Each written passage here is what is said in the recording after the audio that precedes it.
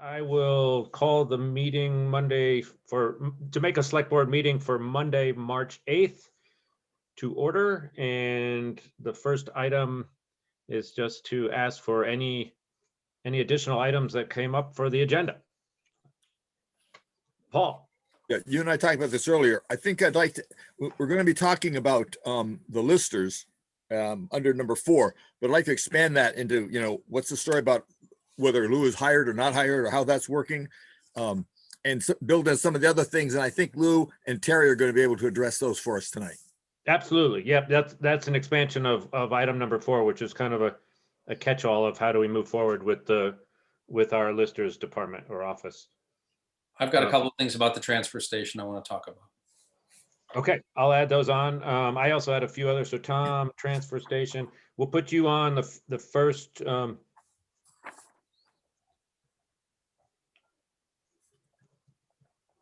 Okay, and I did have a couple others.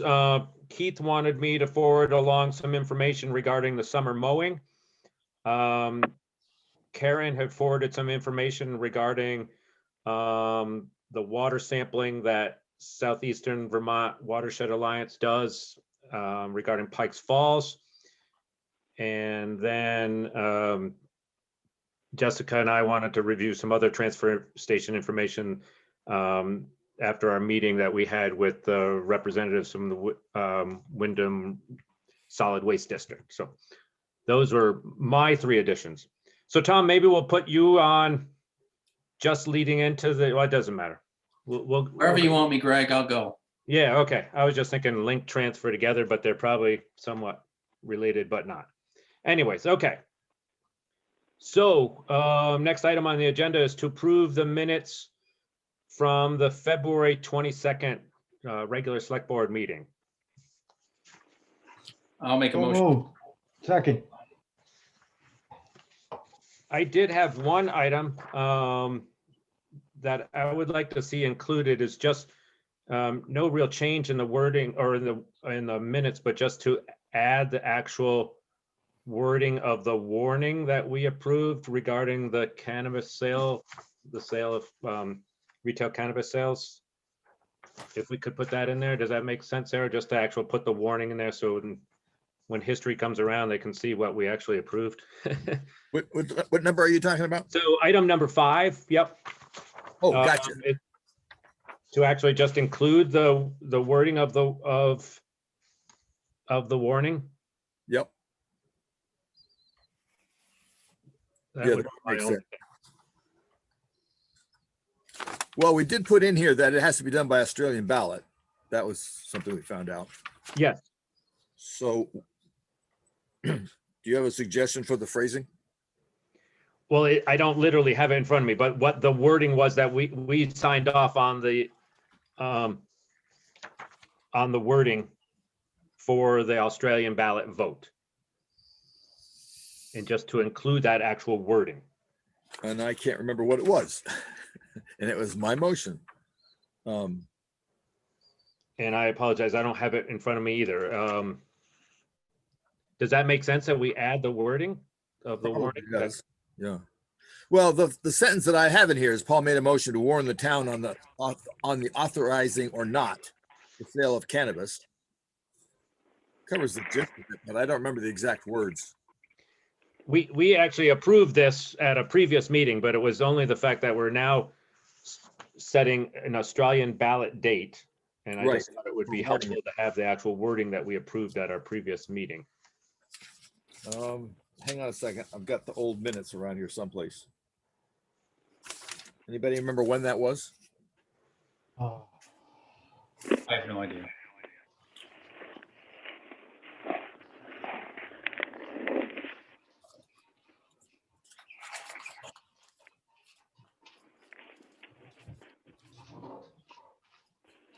I'm sorry, I don't have it at my hands either. Thought it would be an easier change than that.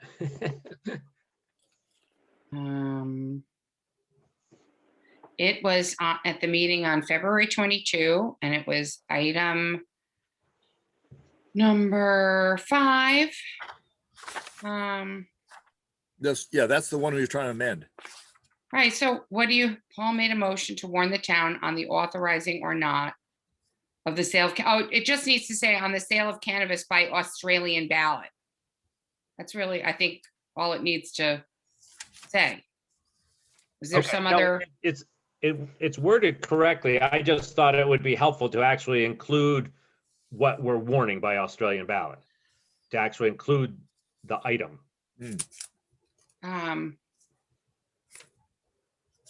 The warning will be in the town record book.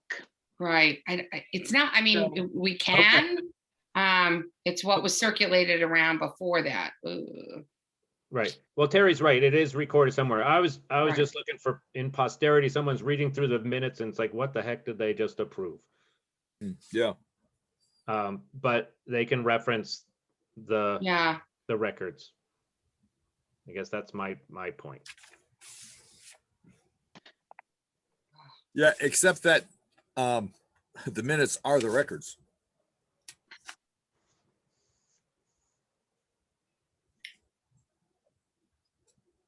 Well, it'll be on the warning, right? It is on the, yes. Yeah. So there's a record of it. Yeah. I have the warning. You ready? If you want to add it in. You ready, Sarah? The legal voters of the town of Jamaica in the county of Wyndham are hereby notified and warned to meet at the town office in Jamaica on March 24, 2021 at 9 a.m. to transact the following business by Australian ballot. Article 1. Shall the town, oh, sorry. I can't type that fast. I can just Oh, get it at sorry. work tomorrow. I'll just get it Um, tomorrow. I've got it. I can just copy it and paste it. Oh, you sure? Okay. Yeah, it's a cut and paste, but if you could finish reading it for the record. Yeah, sure, for the record. Audio record. Article 1, shall the town of Jamaica authorize cannabis retailers and integrated licenses in town pursuant to 7 Vermont statutes annotated section 863. Thank you. I'm sorry that I probably made No, that. I'm sorry it took me that long to pull than it up. needed to be. Yeah. Outside of that, the minutes look wonderful. So any amend the motion. Tom made the first motion. I'll make a motion to amend, to accept the minutes as That's written. as amended. I second it. You All have in to take favor? my second. All in favor, say aye. Aye. Aye. Any opposed? Any abstentions? Extension. 1 abstention. Thank you. All right, thanks, everyone. That was next item, number 3 on the agenda to Wait. set the information meeting for the retail cannabis sale vote. Because this is an Australian ballot, we must hold an informational meeting prior to the vote. We are able to hold that meeting electronically, and we just need to set a date and time. Timeout, Paul. Do we not want to approve the minutes of the special meeting on March 1st? Those actually, when I put out the agenda, I did not have them yet, so we'll have those on our next agenda. Okay, works for me. Can I ask about who provides or where do we get the information about that retail cannabis sale vote? Who There is- provides that? Where do we get that from? I'm just curious. No, it's a good question because there is a quite a lot of information, including the legal document, which is 100 pages long. We are no experts at it, which I will honestly admit. And so we are tasked with running a meeting, an informational meeting. I have an idea. I would suggest we do our homework. Besides doing our homework, I have another idea. There is Yeah. a member in Jamaica who I believe is on, is it the SAM? Sensible, whatever. It's the marijuana, it's the pro marijuana. It's the agent. it's the outfit that is pushing for the marijuana laws. And I bet you easily he'd come in and chat with us. I believe you're correct, and he's very knowledgeable. He is very knowledgeable and he's well-spoken and he likes being on Yeah. camera. Yeah. I agree. Absolutely agree. So we will make an effort to contact him and make sure that we get good participation at the meeting. You know, none of us have said his name yet. No, but I think I know who you mean. I can't recall his name either. Do we want to say it? I mean, I know who it is. Yes. Fran? Who? Fran? Fran. Fran. Fran. Yeah. Yeah. Yeah. I think that I was going to say we should invite him. Yeah, I agree. I think, well, and perhaps if he sees that there's a meeting, he'll come anyway. Possibly. It's very, I mean, he spoke in front of the legislature when they were passing the laws. I mean, he was a very big advocate for it. Yeah. So, And he tracks it pretty closely. Every time I've seen him, he's been pretty close watching the movement through the legislature. Okay. I mean, that's certainly important. We want to make sure we get good participation in the meeting. We do need to set the meeting time and date. One suggestion would be to hold it. The vote is on March 24th. It's an Australian ballot all day, 9 to 4, 9 to 5, or 9 to 7, sorry. The school board informational vote, I believe, is Tuesday, the 23rd, if I'm not mistaken. that is correct. My suggestion would be that we hold this meeting on March 22nd, the Monday. We do have a select board meeting scheduled for that day. Possibly hold it in advance of the meeting at 6 o'clock, but that's just one suggestion. Okay. Do we feel there's enough time to do it in an hour? I mean, I don't know. I mean, it's obviously a, big topic. We have scheduled, we chatted already about scheduling the cannabis at 6 o'clock on the 22nd already. It's on the calendar, or it's on my calendar. I don't know about you guys. I thought we did. All right, I'm losing track of, I do believe I remember discussing it. I don't know if we've actually made it formal. Well, you'd said something about coming in at 6 o'clock and we all, I don't know if we voted on it or just nodded in approval, but we decided to come in at 6 to do the cannabis information and then move right then into our next select board meeting. Well, let's make it formal then. I don't recall making it formal. Okay, I'll make a motion to have the cannabis informational meeting at 6 p.m. on March 22nd, prior to the regular select board meeting. And I'll second that. Any further discussion? All in favor? Aye. Aye. Any opposed? Any abstentions? I abstain. One abstention.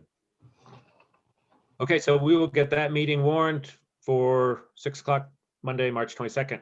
And I will get something on the website. We will just use this same, I'm trying to minimize the number of Zoom meetings we have. So they'll be use the same codes that people use to get into this meeting. We'll just start. Yep, works good for me. Okay. And if you could get me that language for that meeting, I still need to do the other two. I know you sent that to me, Sarah. If you could get me the language of the warning, then I will put that on the website on the meeting invite.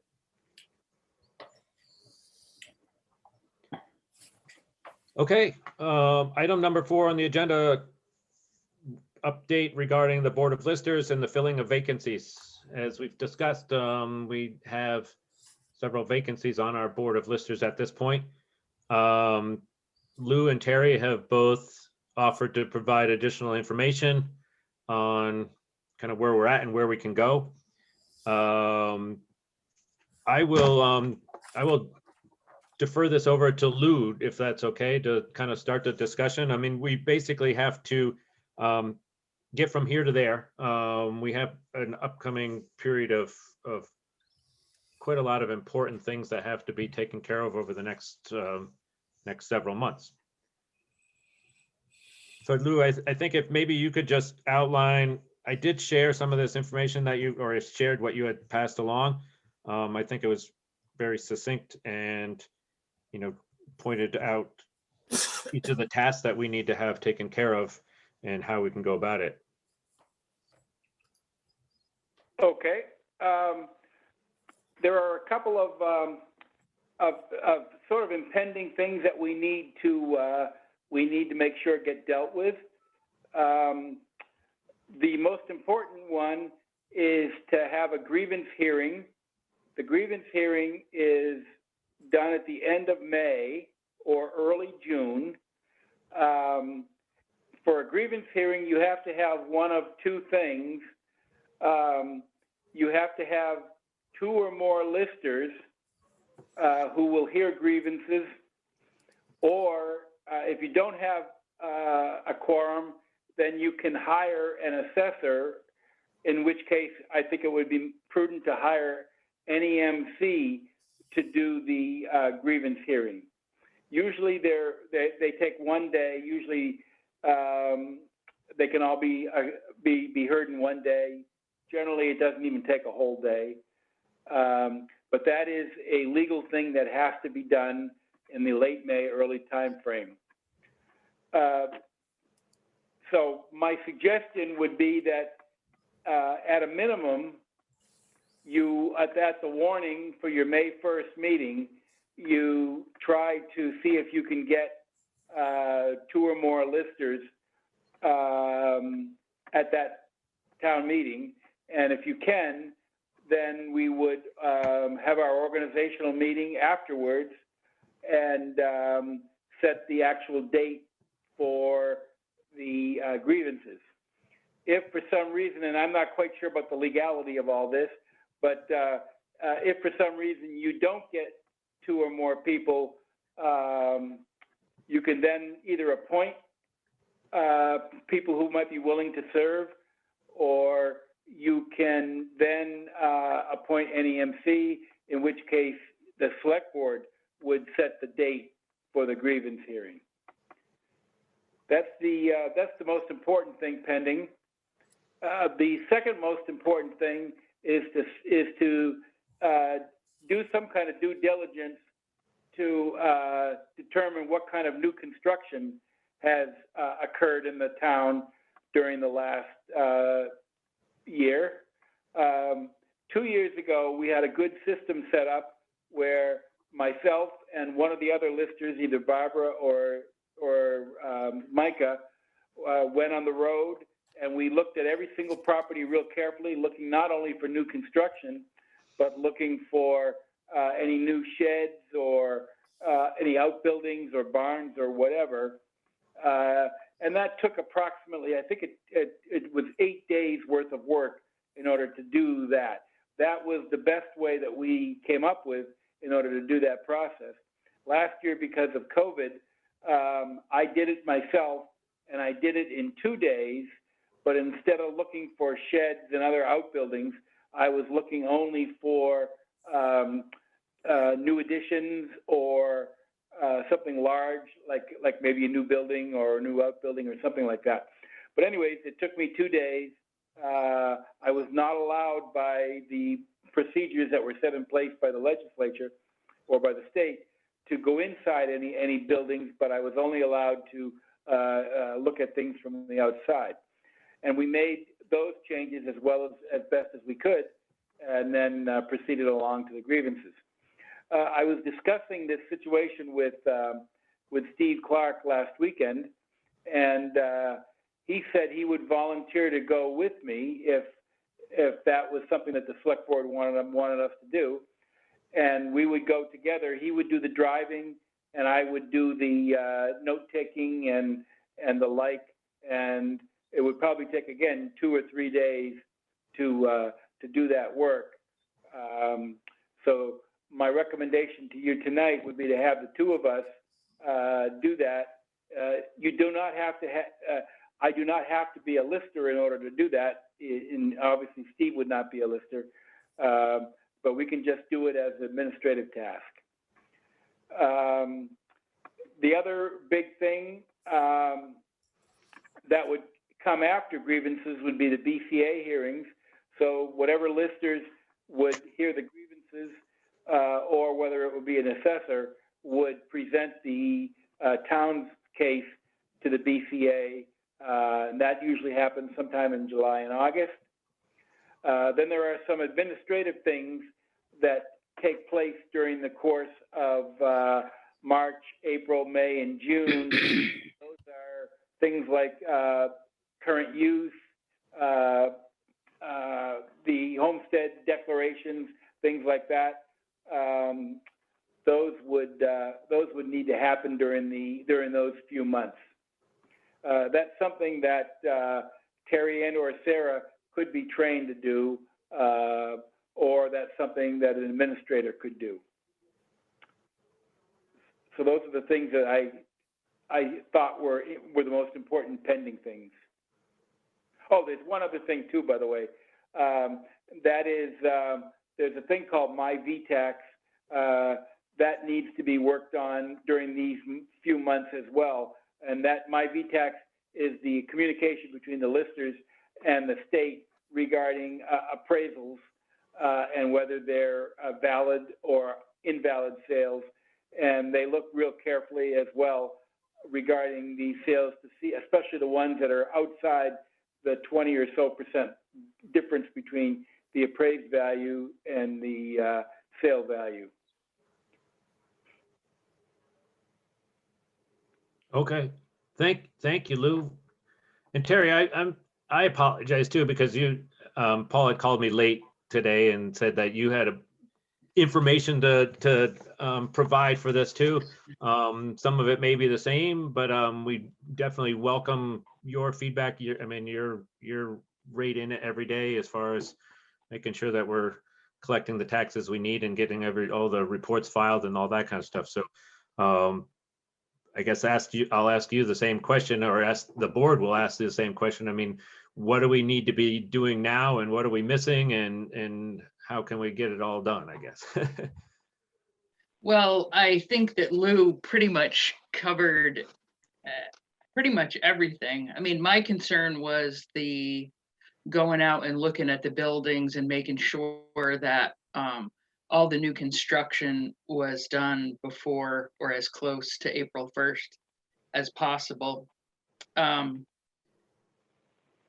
think it's probably too late to do anything about it now, but the way the transfers are coming in and the under assessment of real estate right now is a big issue.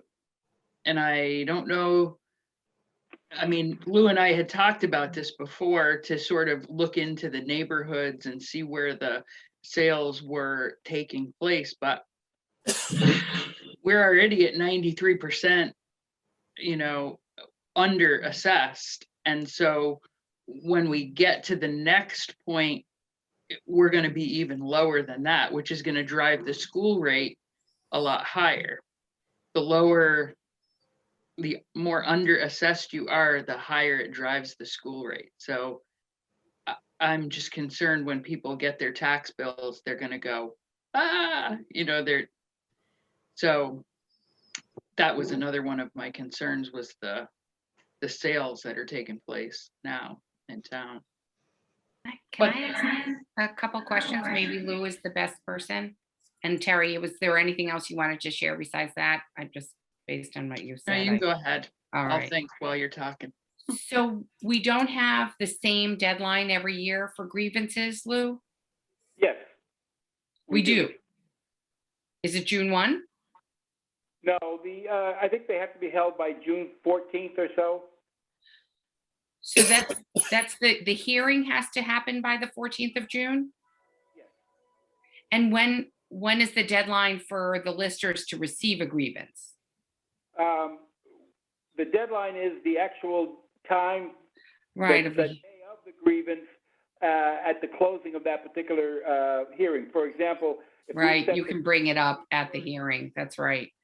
Right, you can go, but however, the big thing is to make sure you warn the grievance hearing 3 weeks in advance.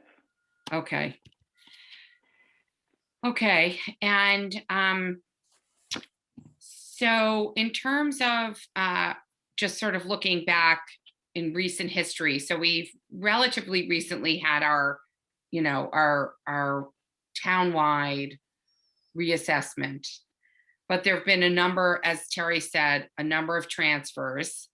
And while the value cannot be reassessed necessarily solely based on the sale price, it can be one of several factors that can trigger a town's ability to re-examine a property to determine whether it is undervalued, and to do a site visit, just like you and Terry were describing. You don't go in, but you can go take a look and see what's explaining that. Is there something about the property that's been improved that supports a higher valuation for tax purposes, a higher grand list value?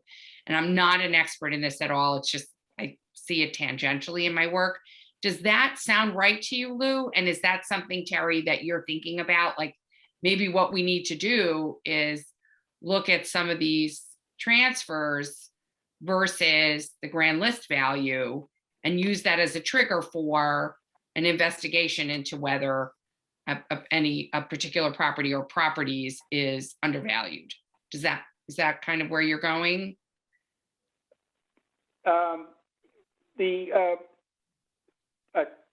Terry's concern regarding sales, when you get a sale that's a lot higher than the listed value, we as the listers can go out and look to Right. see if anything has changed in the appraisal, like in the value of the property. For example, somebody may have put on an addition, or somebody may have done something that caused the value of the property to be assessed higher. Right. However, we have to be a little bit careful. The way the state law works is that we are not allowed to chase appraisals. What that means is if somebody buys their property lower than what it's appraised at, they can come in and grieve it. However, we have to have something very substantial in order to go and raise it. So we can indeed go out and look at the property and see if something different has happened, but we are generally not allowed to go and chase sales. Right. Okay. Right. But we can use the newest, the sale price as a red flag, so to speak. Correct? Right. Right, We are not right. allowed, though, to go out and automatically raise the appraisal to that point. Right. And have we done that in the past? I mean, is that sort of what you would think would be part of your 1 day or Yes. 2 day drive around? Yep, generally we do that. Barbara used to, she used to go and look online to all the sales for all the properties in the Realtor.com and look to see what the interior is like. Because we are, generally we don't go inside a property, unless we are going to reappraise it. Right.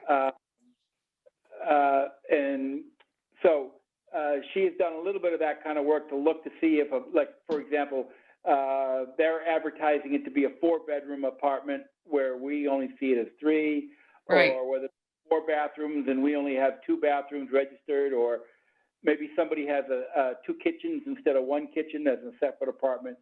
She was always tracking that. And we don't have sort of the bandwidth for that this year? Is that? No, we have not done that this year.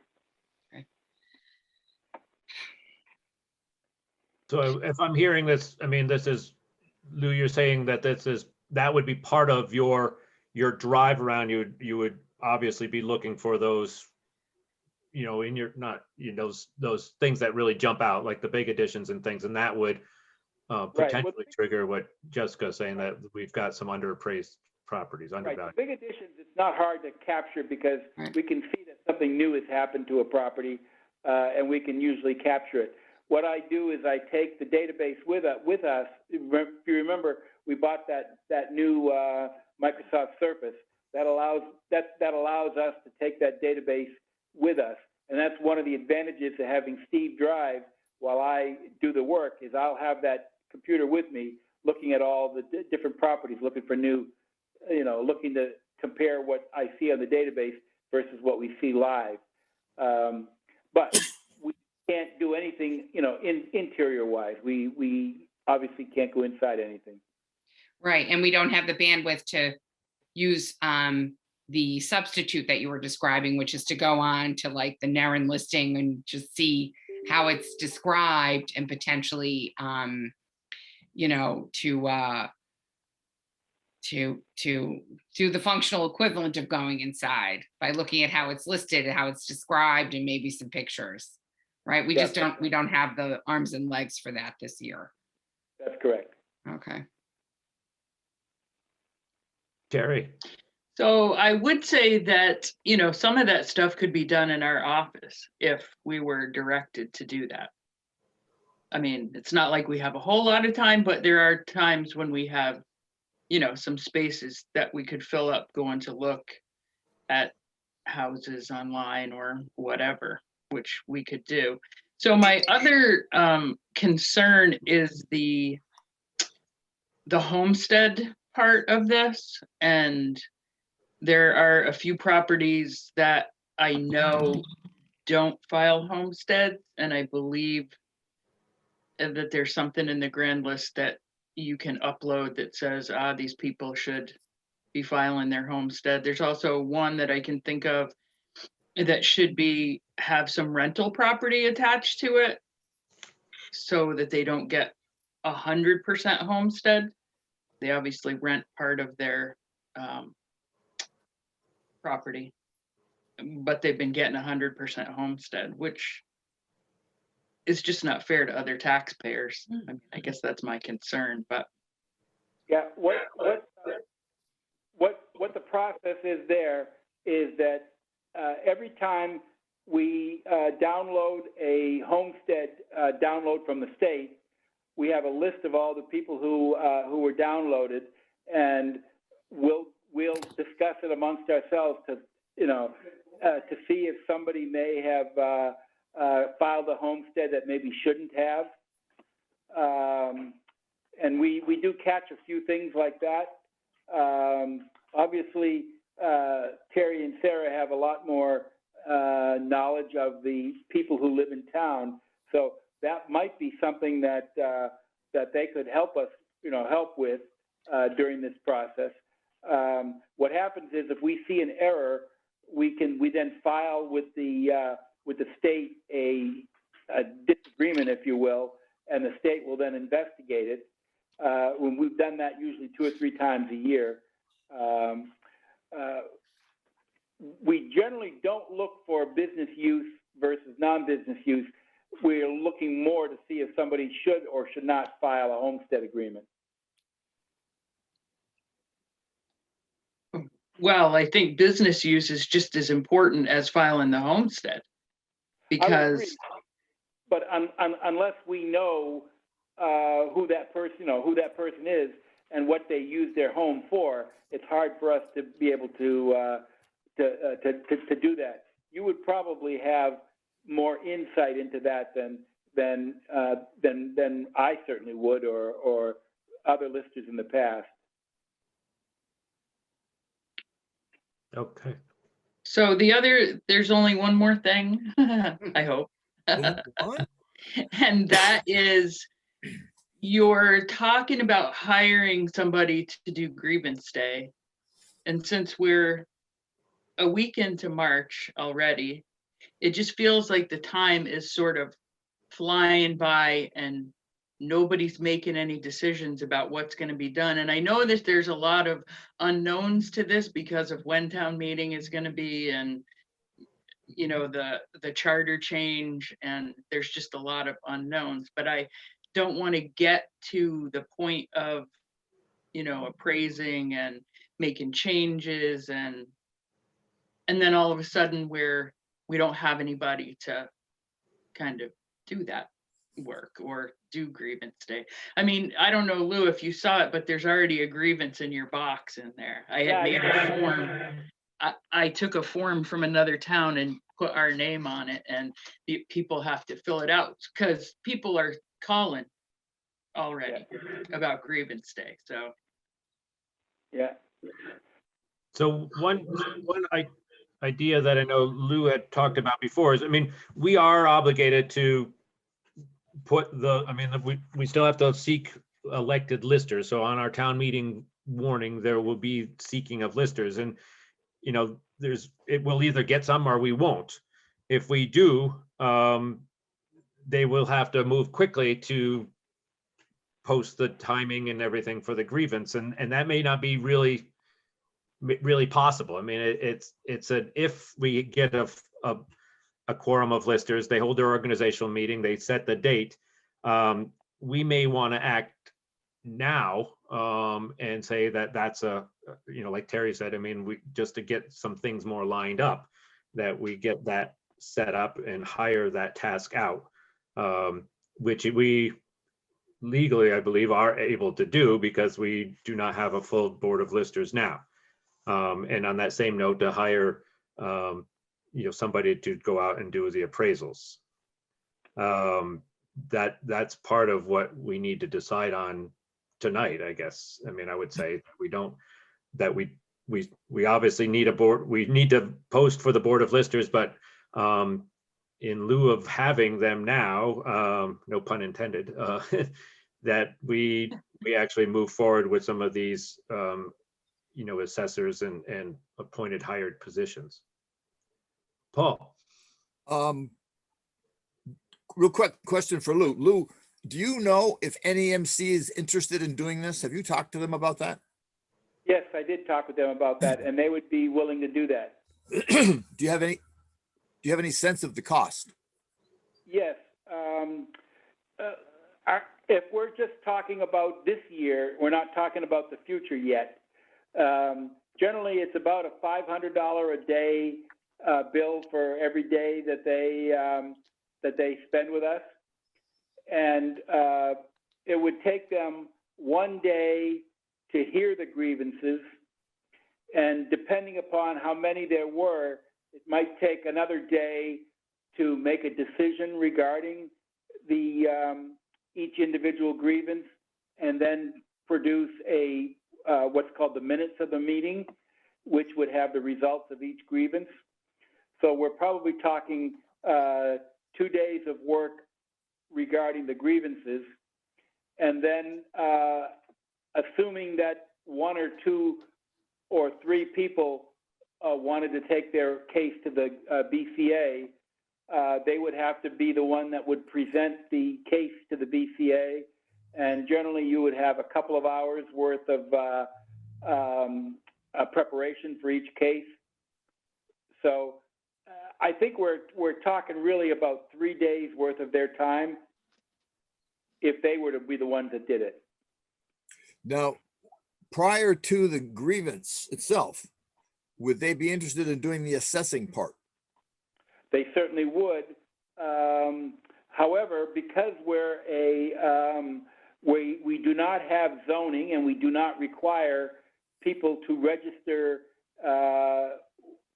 you know, for permits, the problem is that somebody has to go to every one of these homes to see if there's a change. And what we've done in the past is we've had one of the listers go out to the town, which has been me in the last couple of years. And then if they see a home, like for example, a new home that we don't feel like we can fairly evaluate, we would then hire them to come in and do 2 or 3 maybe homes in the day. But it would be very expensive to have them go around the whole town looking for changes. So harkening back to your conversation with Steve, if you and Steve were to do the initial legwork and then finding problems, then refer to NEMC for their expertise, would that work? Would that be an economical solution? That is a good economical solution, yes. And we built into the budget, if you recall, maybe a couple of $1,000 to be able to bring NEMC if we felt like we needed them. So I'm looking at my list of things that need to be done right away. And it sounds like the first order of business is to talk to this Phantom Lou you're talking about and this Phantom Steve you're talking about to find out if we can get some sort of a plan that will meet with their satisfaction to get that started now prior to the 1st of April or as near to the 1st of April as possible. I think Terry says the April 1 date is the date upon which all this is based. So somewhere near the end of March, first part of April, have you two Phantom guys go out, get the baseline information. And that would still give us time then for, should we need to hire NEMC to come in and do the expertise stuff. Right, that's exactly right. Does that sound, Terry, does that make sense to you? Yes. Yeah. So let me ask you a question. Hypothetically, in theory, Greg may want to say we have to go into executive session for a few minutes, but let's just try, see how far we can get without it. Lou, under what auspices are you working right now? If you recall, I submitted my resignation. I don't know if you have accepted it or not. We haven't, because we don't want to see you go away. Having said that, are you submitting hours for what you're doing now? I haven't submitted them yet, but I've been tracking them. And in theory, I believe in theory, because he's no longer a resident of the town, that whether we've accepted the resignation or not, means that he's not a lister. He but resigned by he could foot. be an assessor. Yeah, he resigned by foot.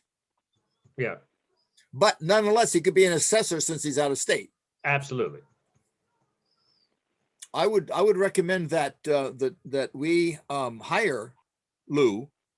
Again, you may want to go to executive session, but just off the top, I would recommend that we hire Lou at the rate that he was getting before to do this work with Steve. Now, we need to think in terms of compensating Steve Clark for this as well.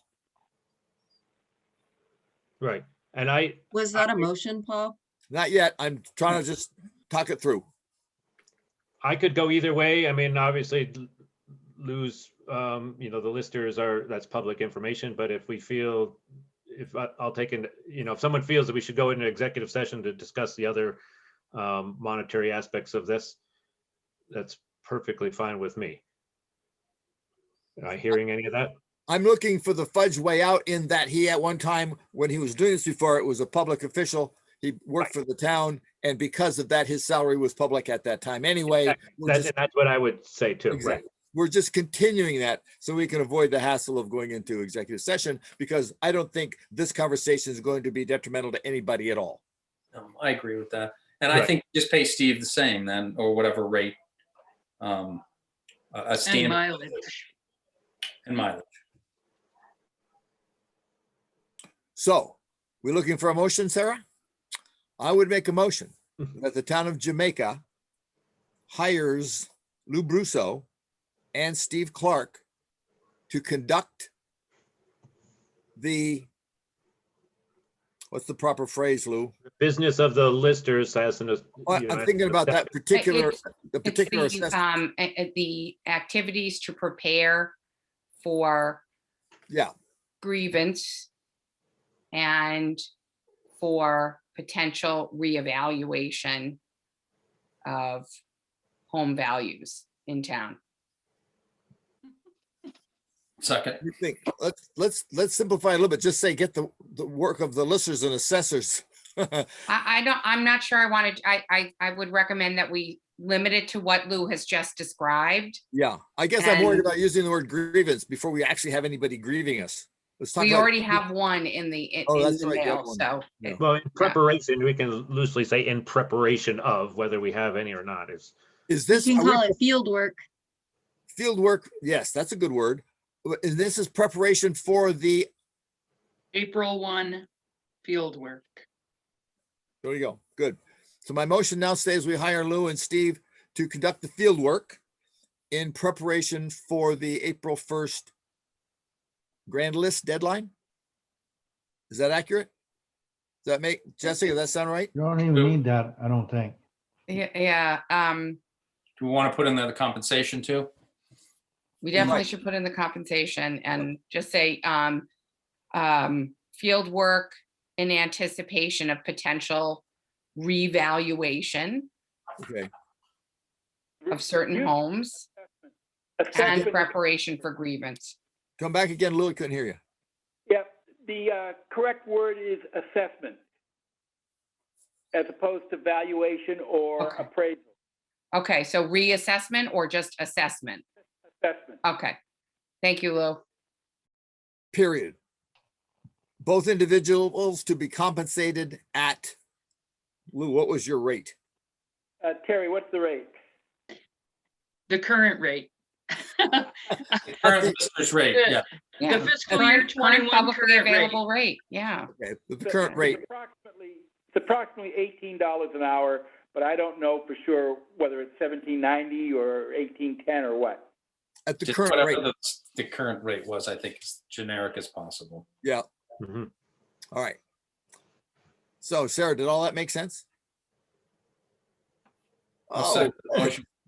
Second the motion. Any further discussion regarding this? yeah, I have a little quick thought. Hey, Okay. Lou, thanks. I say that sarcastically for leaving us, and then I say it for real for hanging around to help us out. He said he would help us. We're gonna hold you to it. He Right. told us he would. All right, motion's on the floor.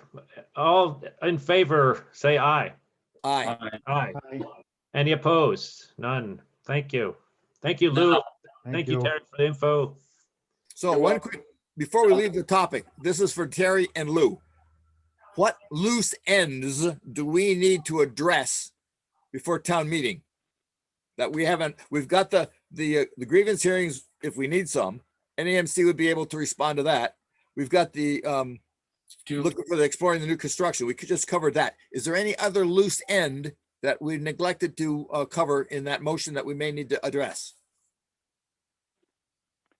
Not that I can think of. do we need to authorize NMRC to do Well, I the think you would- hearings, do the other? Do the I think hearing, you- do the grievances, and then also represent the town during the BCA? I think you'd wait until after town meeting to see if you get any listers. Okay. Okay, I'm asking.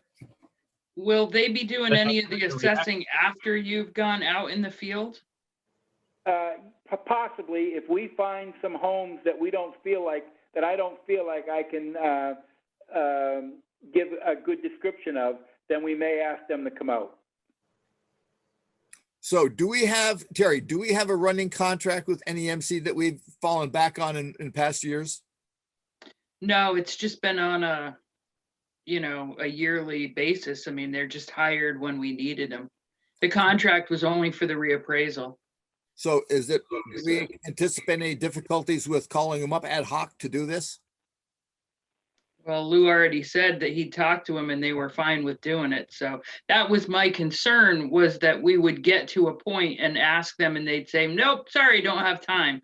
Right. So just to get them, sort of on board, to So make then, sure that there was somebody that was going to be able to do it, because so then perhaps we could authorize Lou to discuss this with NEMC as soon as possible to let them know that we anticipate hiring them for these reasons in the next few months.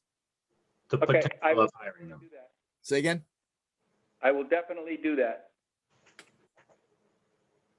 Does that work, so then Terry? it's just a matter of just some of the clerical work that, the address changes and. Well, that I'm doing anyways. Yeah, except we need to go back through and look at them again, because there've been some shifts. I don't know what happened, but like their online portal is not up to date again. It's a year off. In fact, no, their online portal is being refreshed now. I was just there over the weekend copying the database, and I've sent that along to them. Okay. So I that just will want to be- make sure. I had so much trouble at tax time with addresses and people saying that they didn't get anything, and then going back and seeing that it had reverted to the year before. So, I mean, it's not that I just want to make sure that that's right this year, so there aren't as many issues. Yeah, in general, we refresh that database once a year, and it's always going to be for the previous year, because you can't put your working database online because none of that has been finalized. It hasn't been grieved potentially or whatever. So you always are working on the previous year's database. But what is up there right now are sales Yep. from 2019. That's correct, because the database doesn't get finalized until December. So They were in right January or a month February, ago. I usually send that along to them. But they've changed in the Yeah. last month or two.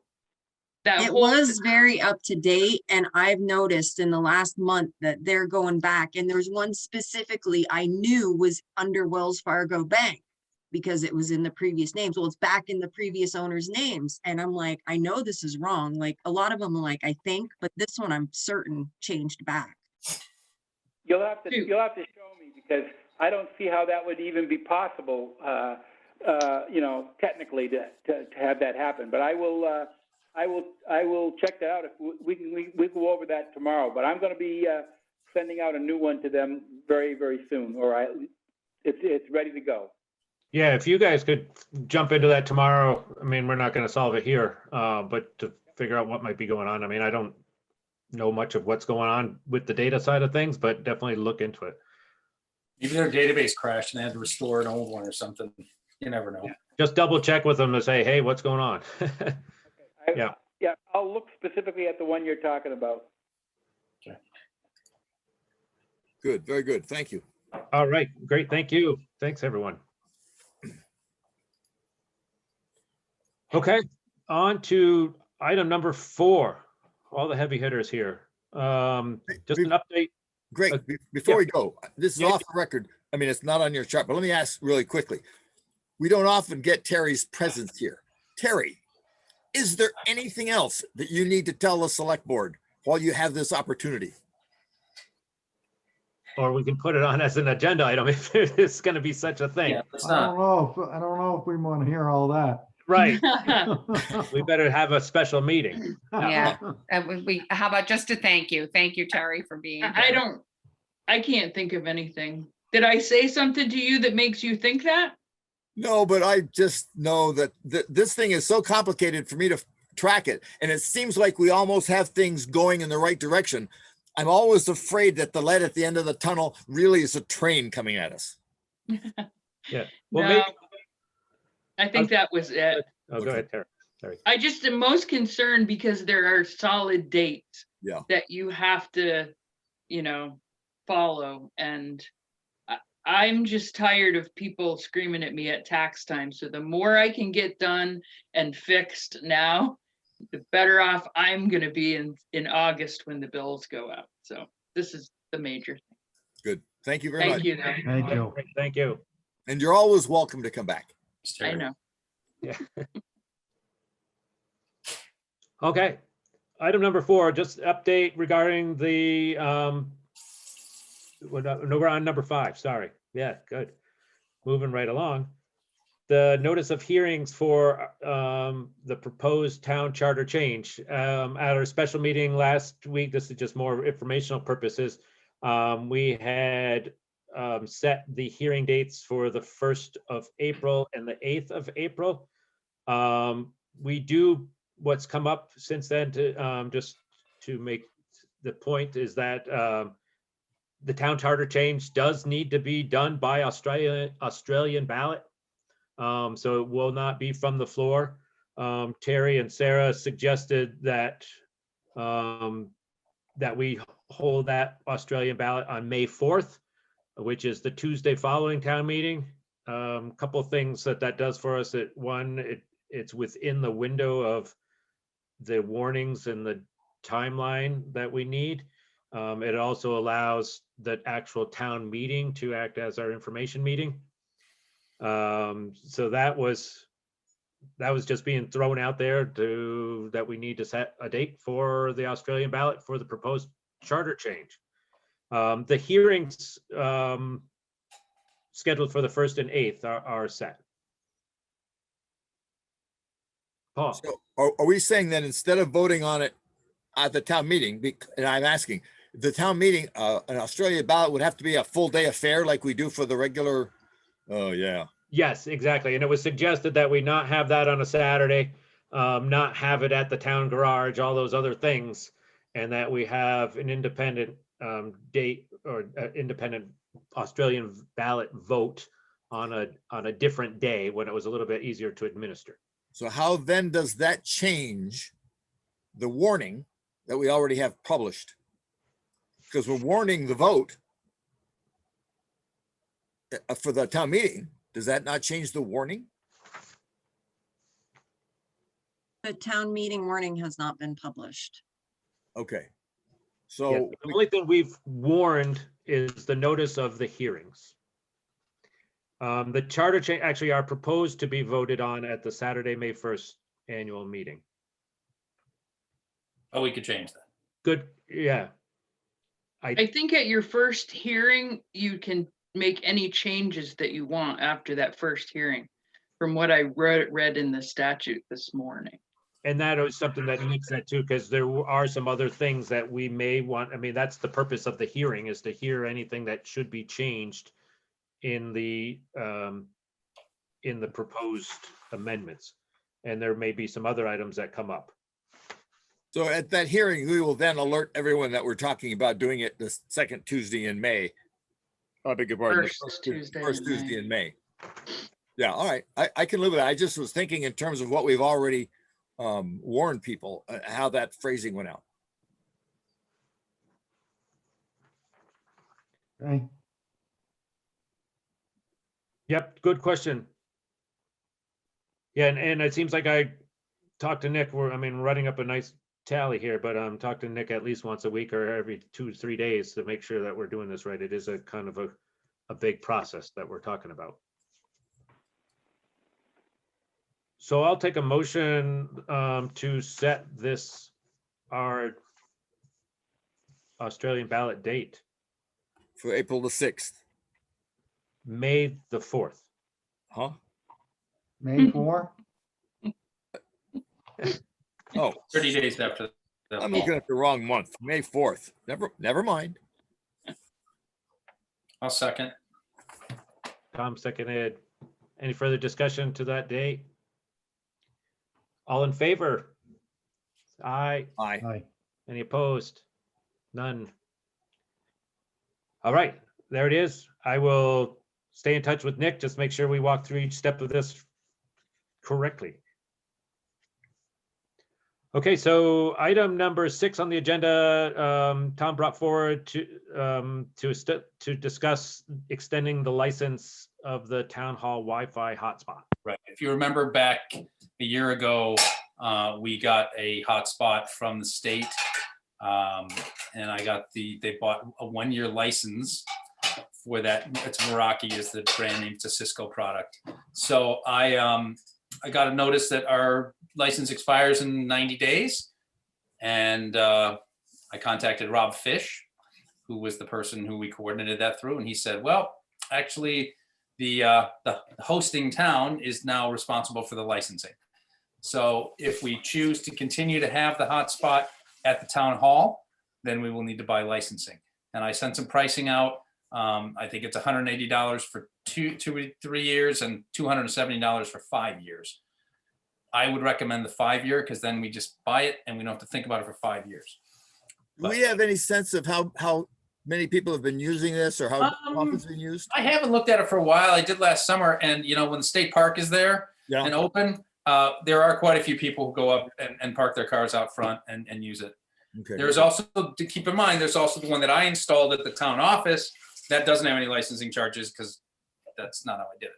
But that is also available if people, but again, they have to go in the parking lot then and it's not as clear. But I know when I looked last year, it was probably 60 or 70 people using it a month. Really? I thought it was pretty decent. Yeah. Yeah. What was the price for 5 years? $270. And what was it again for the other? I think it was 180. It was in that email. I can look. Yeah. So it was a savings over 5. It makes sense, and it, the hardware. It's a nice access point. It's $1,000 access point, so it's not cheap stuff, and it'll last for years. Mhm. It'll definitely last for that 5 years. Yeah, it's $179 for 3 years or $270 for 5 years. So you get extra. It's a little bit cheaper for the extra 2 years. And I move we buy the 5-year license for $270. I'll second that. Any further discussion? All in favor, say aye. Aye. Aye. Any opposed? None? So Thank what I'll do is I'll buy it and then I'll just expense you, Terry, for it because I gotta figure it out and then I'll get that thing installed. I have access to that, so I can just do all the work myself on that. So, okay. All right, item number 7, to approve a liquor license request. I believe, and I'm not finding this either, I believe the formal name of the liquor license requestee is West River Provisions. They are potentially or in process of being the new operators of D&K store, which is in the process of being sold. So I'll make a motion to accept, to approve the liquor license for the West River Provisions. I'll second that. second, Paul. And Sarah, everything is in hand. We've received their, I mean, it looked like that document was fairly comprehensive, but the checks and all that good stuff is good to go. Can I just ask about procedure? I don't think I've been on the board where we have given a license to someone that doesn't own the place yet. So like Greg, when you get your license, are we the first step in someone obtaining the license, or have they already been vetted by the state, or they go through us first? I tried to figure it out online and it was a little confusing, but I mean, I got no problem with it, but I know the store is under her, she's gonna run it till at least the end of the month. Yeah, So I know no. I know that they investigate them for, their criminal record and even if traffic violations. So I was just wondering, like, if you recall, when you No, got your first license, how does that work? It is, I do recall, I mean, the town is the first step. Okay. The application gets filled out of the town. Once the town approves it, it then Okay. goes to the state to be vetted. The only difference is when we filled out ours, I mean, obviously there was no current owner, there was no current liquor license in place. Right. I know it's probably fairly common that there are transfers, so to speak, of the property, not the license isn't transferable. But there's nothing that I know of that's at the town level for being able to vet these things other than No. we've got all their paperwork. That's what it appeared to be Right. online. Right. But- Yeah, I think our job is to just say, yeah, we're fine with having an establishment that Yep, serves. and all we need is what Sarah already said we had.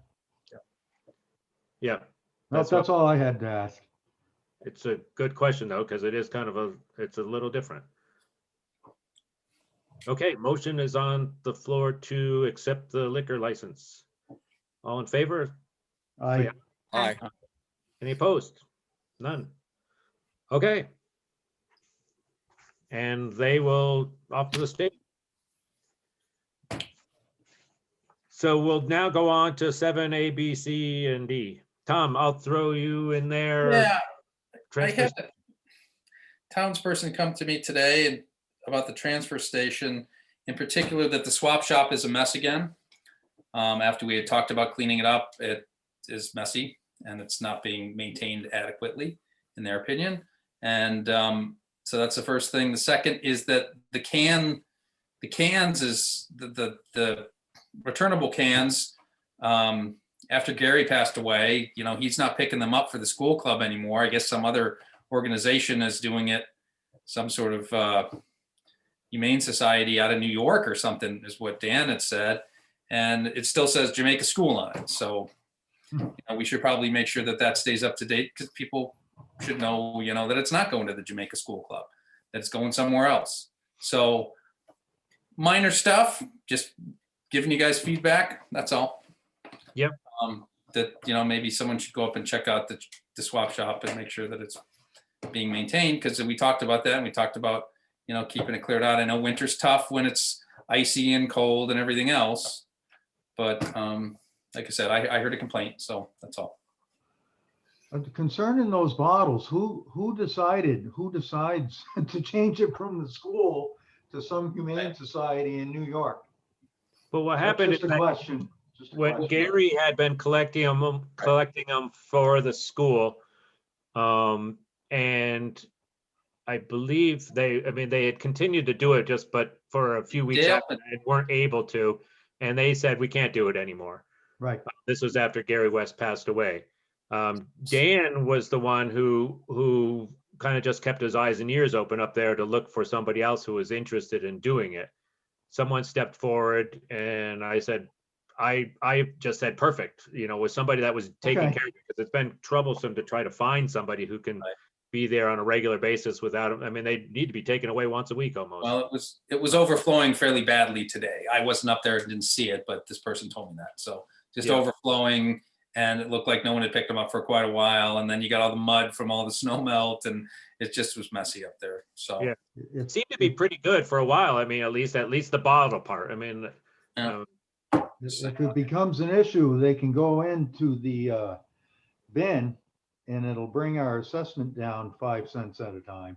If things get too bad, nobody wants to pick them up. They right. do take those, pulled out Brattleboro there? I don't does. know if They they get pick them pulled out out. and they return them. What do you call it? Where you just had your meeting with. Well, Wyndham Solid does that? I used to go to those meetings and they had someone who took all the bottles. they don't believe they sort anything anymore.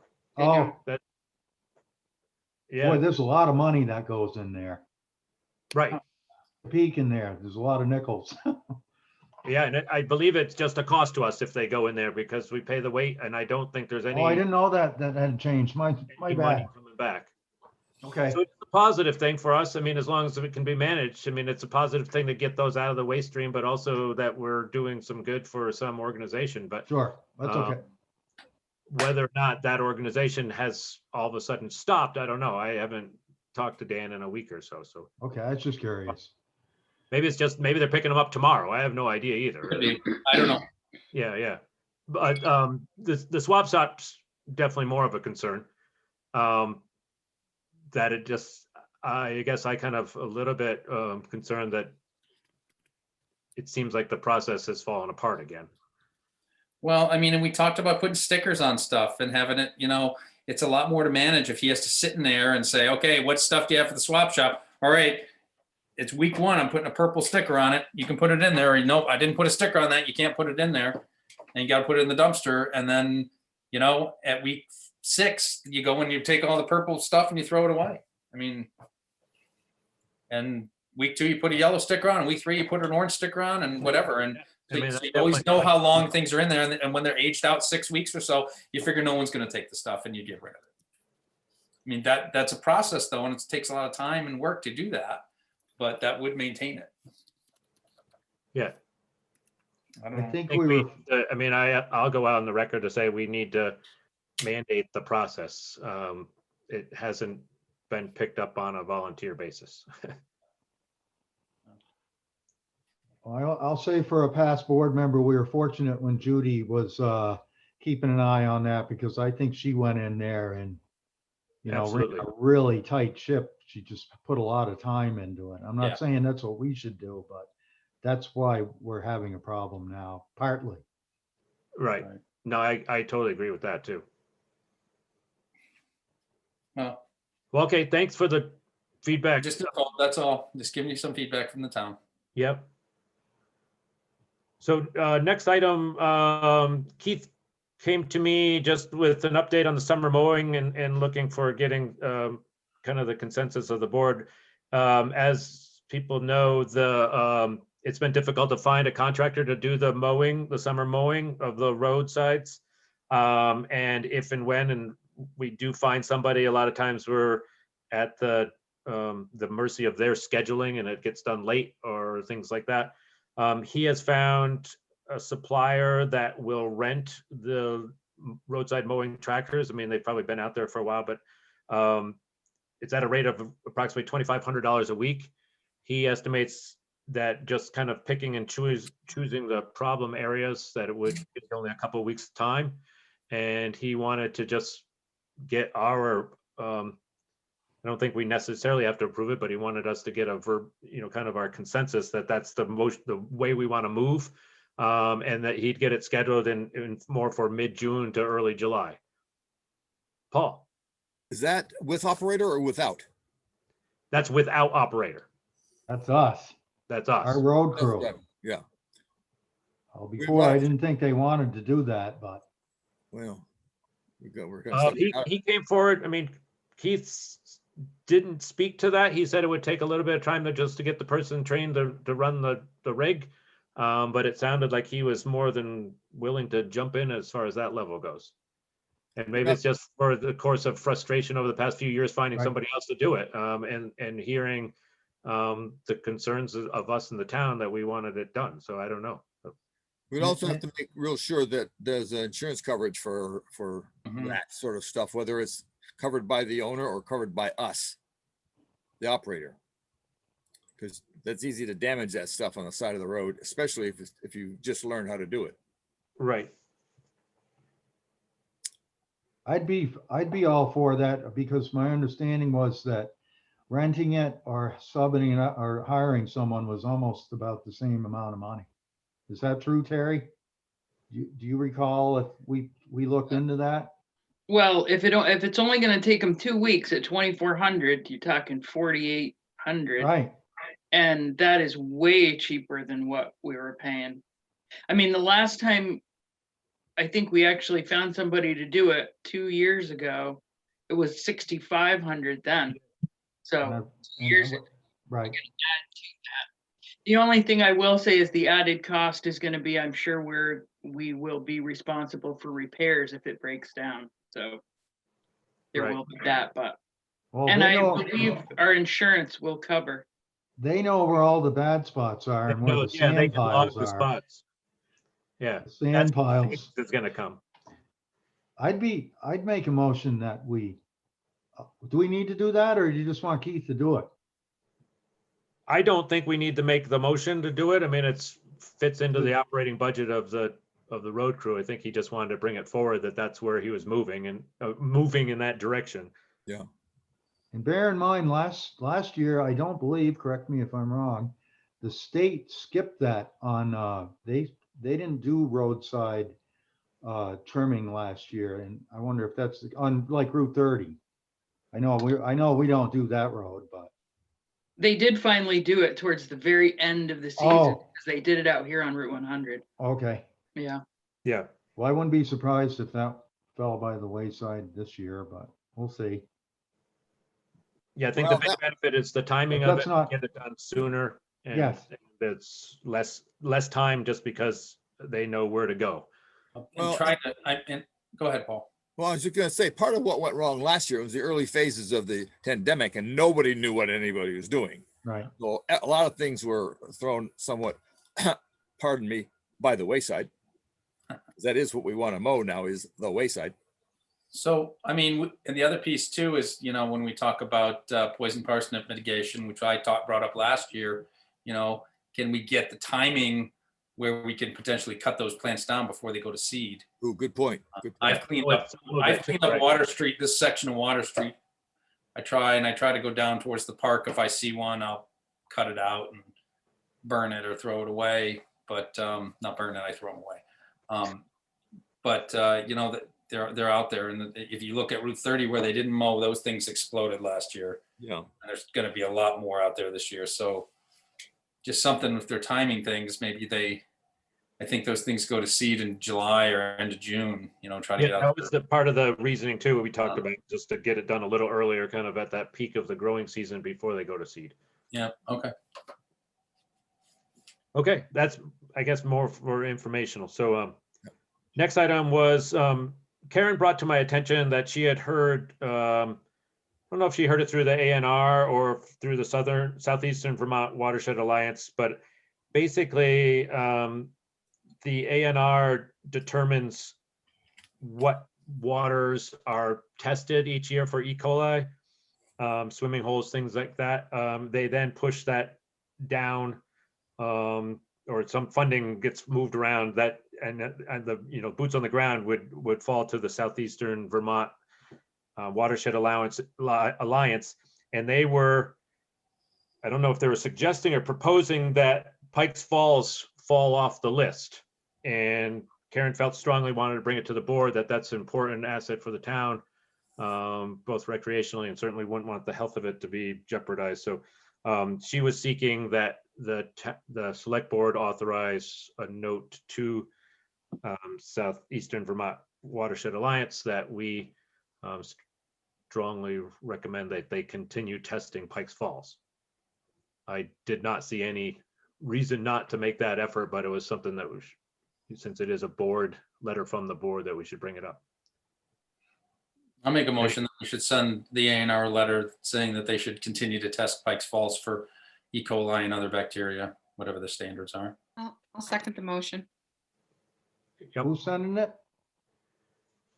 It would From the be board. something that would be drafted by any one of us and Okay. sent out through our office. I can tell you is when I was health officer, I would get reports on several swimming holes from Londonderry to Brattleboro, and Pikes Falls was one of them. Mm-hmm. And I think my wife, as a volunteer, took that water sample for one summer. So whether that has Was- anything. was it- Andy, was it generally good? I mean, was the water Yeah. quality good there? It was never bad. Okay. It had its ups and downs, but it was never unsafe. Yeah, so the motion, Maybe that's why they were trying to kick it off, but yeah. No, yeah, I it think gets a just lot like of use. everybody is, they're trying to look for places that trim. So that's what Right. it sounded like. There was no real reason that they said they were going to trim it. At least what Karen had said. It was just that in general, they're looking to cut back because it is harder to, there's a cost with testing it and then also trying to find the volunteers to get out there to pull the Right. water sample. Perhaps, So it's out there to send the letter. All in favor? wait, Aye. Paul, question. Or- yeah, before we think in terms of sending a letter saying, keep testing based on a rumor, although a good source, maybe we ought to send a letter saying, we understand you're thinking about not testing, and get their reasoning and clarification before we send please test. Maybe Okay. we call them and get verbal. And once- Somehow to follow up and get it something, we're not Yeah. just operating on a thing that Karen may have heard someplace. No, she heard from them. From whom? I don't recall the guy's name, but directly from. So my the- question would be, why would they tell her and not us? Good question. In some conversation that she may have been having on something else, or maybe she's involved Possibly. with that organization somehow. I guess I was just, before we do something as a board, I'd like to be responding to some information coming into the board and not information that we've heard elsewhere. I think maybe since it's clearly a safe letter that everybody feels where we all want to continue to be included, we could phrase the letter saying some information has been received by a townsperson that Sure. perhaps Pikes Falls is going to be dropped from the list of watershed areas to be tested. This please accept this letter as our formal request that not happen. That'll work. That'll work. Okay, so with that, should we vote? All in favor of sending such a letter, say aye. Aye. Aye. Opposed? Any You might abstentions? have to find out exactly where to send it from Karen. No, for sure, yeah. She said address it to the south. I mean, I will follow up with her. But Okay. it gets addressed to Southeastern Vermont Watershed Alliance as opposed to the ANR. That's the Right, receiving body making the decision. okay. Okay, so the last added agenda item was just an update from Jessica and myself. We met with Bob and John, two representatives from the Wyndham Solid Waste. They did a site visit at our transfer station. Again, we were number one, best view of a transfer station from a transfer station in the region. Yeah, But they also, we walked through a number of different things, but just looked at places where there were some opportunities for us to improve. But one thing that had come up, Sarah had forwarded a few weeks back, or a month ago or so, some grant, there's some grants out there for funding for either recycling or composting infrastructure. 40%, they would provide 40% of the request or of the estimate.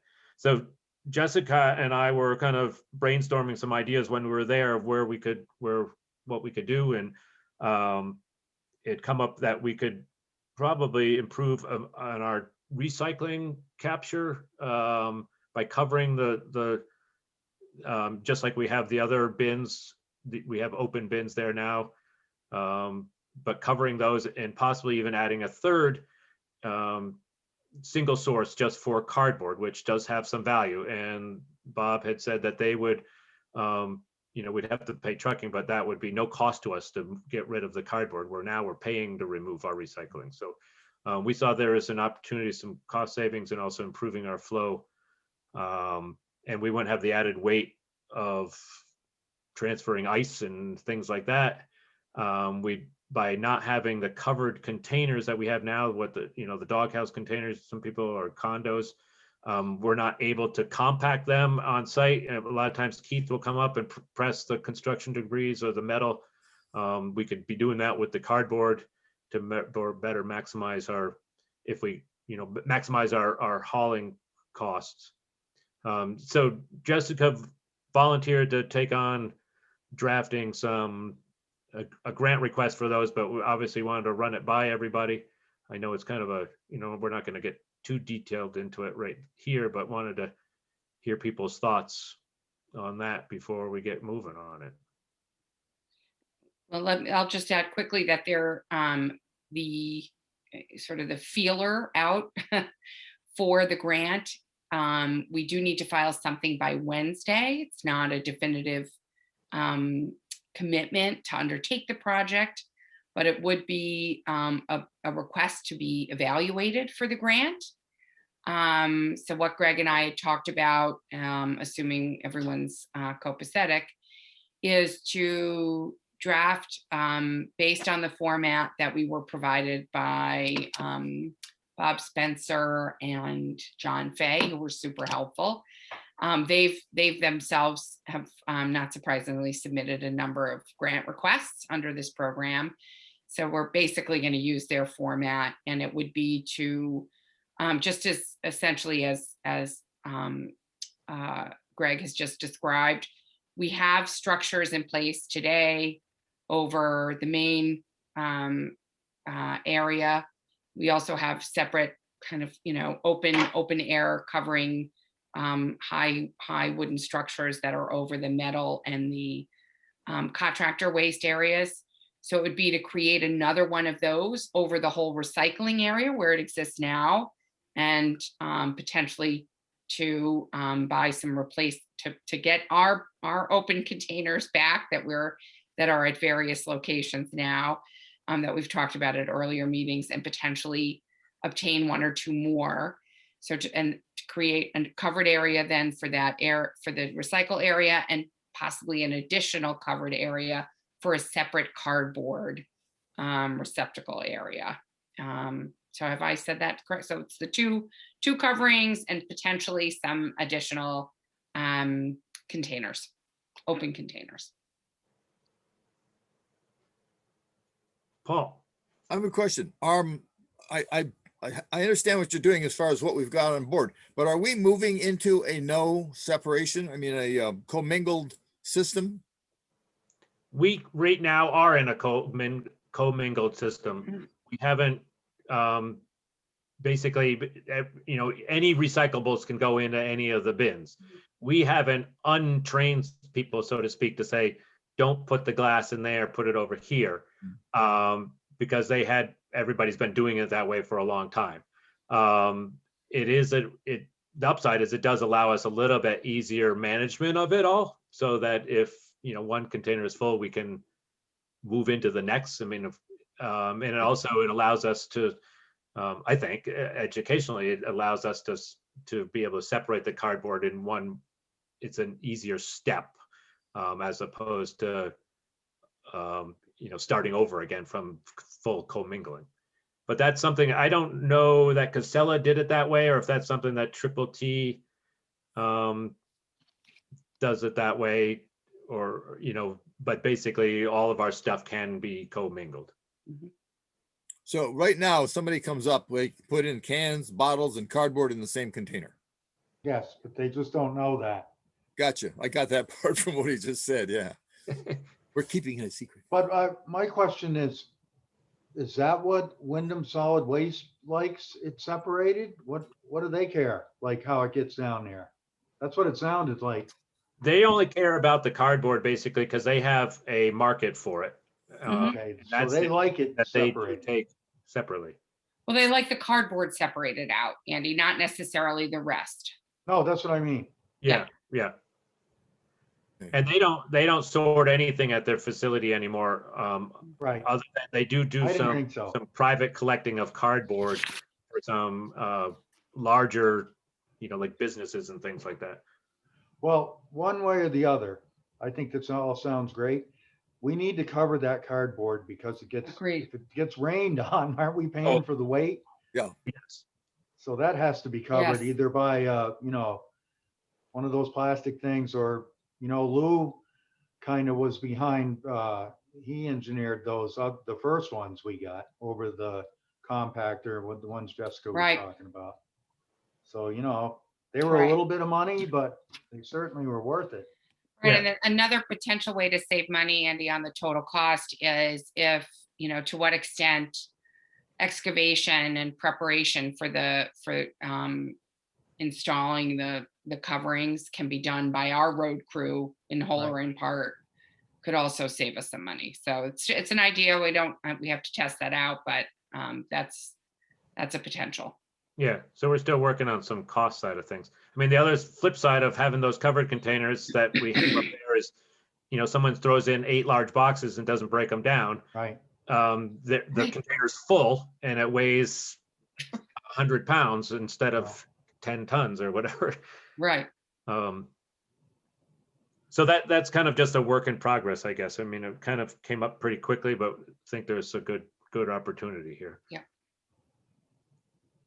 Well, Real If- quick, if- do you envision that the covering will be of sufficient height that they can get a front end loader in there to mash it down necessarily if it needed to be?